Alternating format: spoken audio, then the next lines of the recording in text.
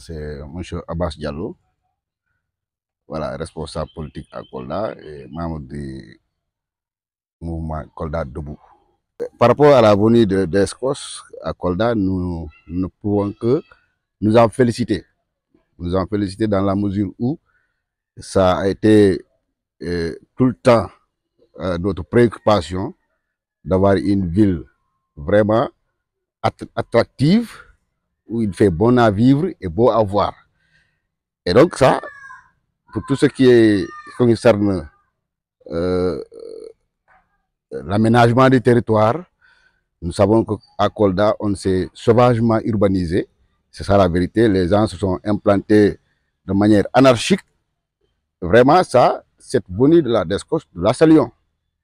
Nous la saluons parce que surtout au niveau des berges du fleuve Casamance, nous avons tout le temps souhaité qu'il y ait des aménagements. Je pense que le maire sortant, Abdoulaye Bibi Baldé, avait un projet dans ce sens-là, esplanade et aménagement des berges du fleuve. Et nous voyons qu'il y a des occupants, en tout cas irréguliers, le long des berges. Nous avons souhaité que dans le cadre des encombrements, dans le cadre de l'aménagement des berges, que certaines installations et certains équipements devaient pouvoir être démolis. Ça, aujourd'hui, la DESCOS est venue nous renforcer dans cette dynamique, nous renforcer dans cette vision. C'est salutaire. Sauf que il y a par endroits des confusions dans la venue de DESCOS, surtout concernant le projet tant attendu, en tout cas par une bonne marge des populations de Kolda. C'est le projet du complexe sportif. Un complexe sportif est un aménagement. Un complexe sportif peut participer à l'embellissement même des berges du fleuve. Donc, vous n'avez pas compris que certains s'acharnent ou bien certains font de la confusion. En tout cas, comme on est dans le domaine politique, il y en a qui utilisent certaines informations pour manipuler. Mais force est de constater que les Koldois ont massivement adhéré à ce projet.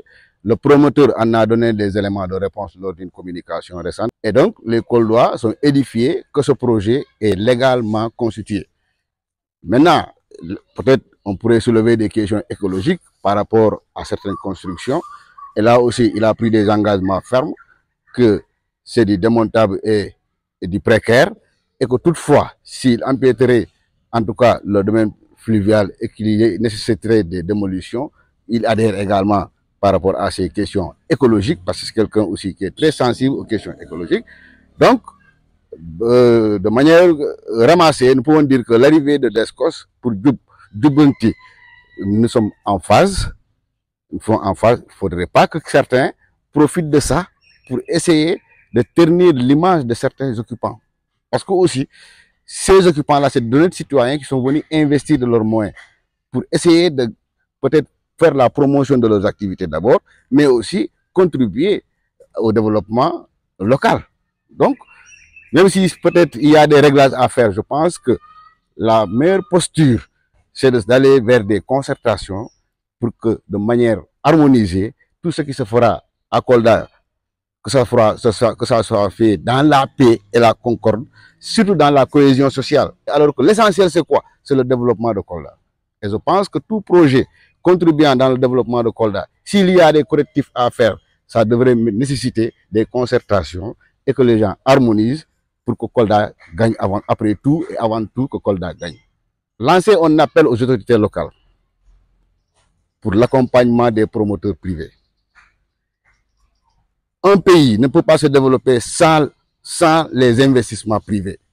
L'État ne fait que créer un cadre, les conditions et accompagner éventuellement. Mais pour qu'un pays se développe, il va falloir qu'il y ait des initiatives privées. Et quand il y a des initiatives privées, il faut les encadrer, inciter davantage les gens à le faire. Il ne faut pas essayer de décourager quelqu'un qui veut investir dans le développement de Kolda.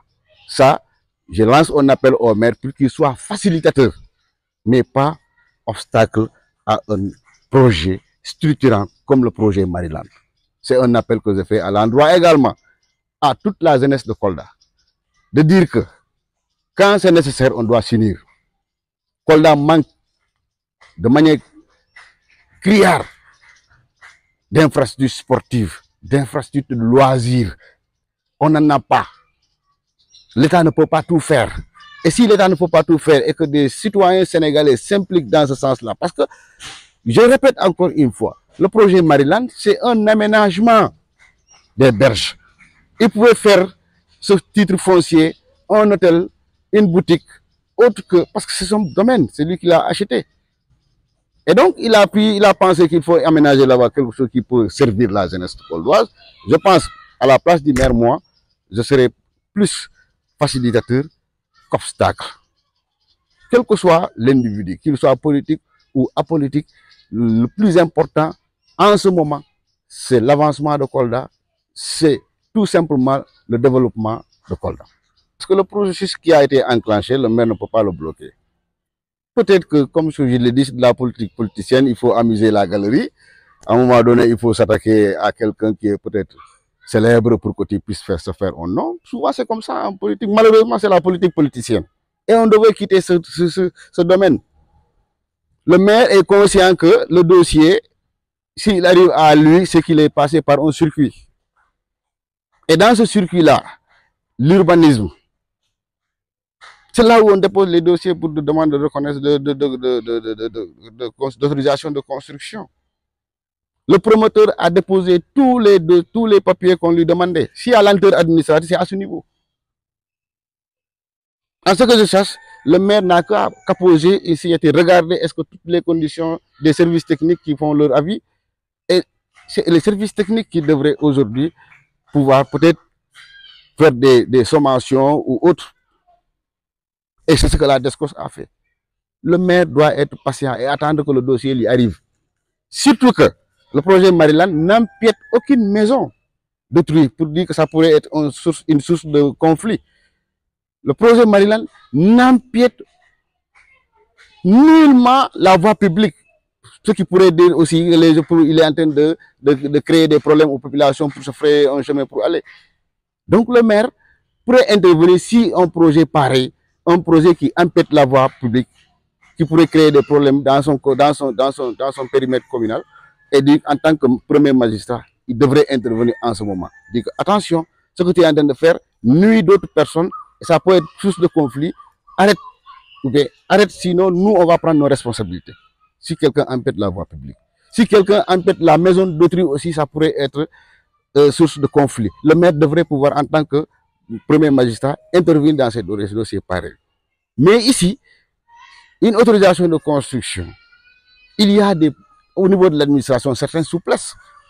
Tu viens, tu déposes ton dossier, on sait que ton dossier est complet, c'est à nous de faire une fusion. Parce qu'il demande à ce que le promoteur fasse une fusion des parcelles obtenues là-bas pour en faire une autorisation. Donc, attendons que la DSCOS se prononce sur ces questions avant même que la totalité du projet soit réceptionnée. Déjà, les Koldois ont commencé à utiliser cette infrastructure. Cela veut dire quoi? Si Kolda nous appartient, Kolda est aux Koldois, qu'on laisse les Koldois s'épanouir. S'il y a des goulots d'étranglement, c'est à ce niveau que j'appellerai qu'il y ait une communication entre le promoteur et le maire. Ils doivent se concerter, ils doivent se voir, ils doivent discuter.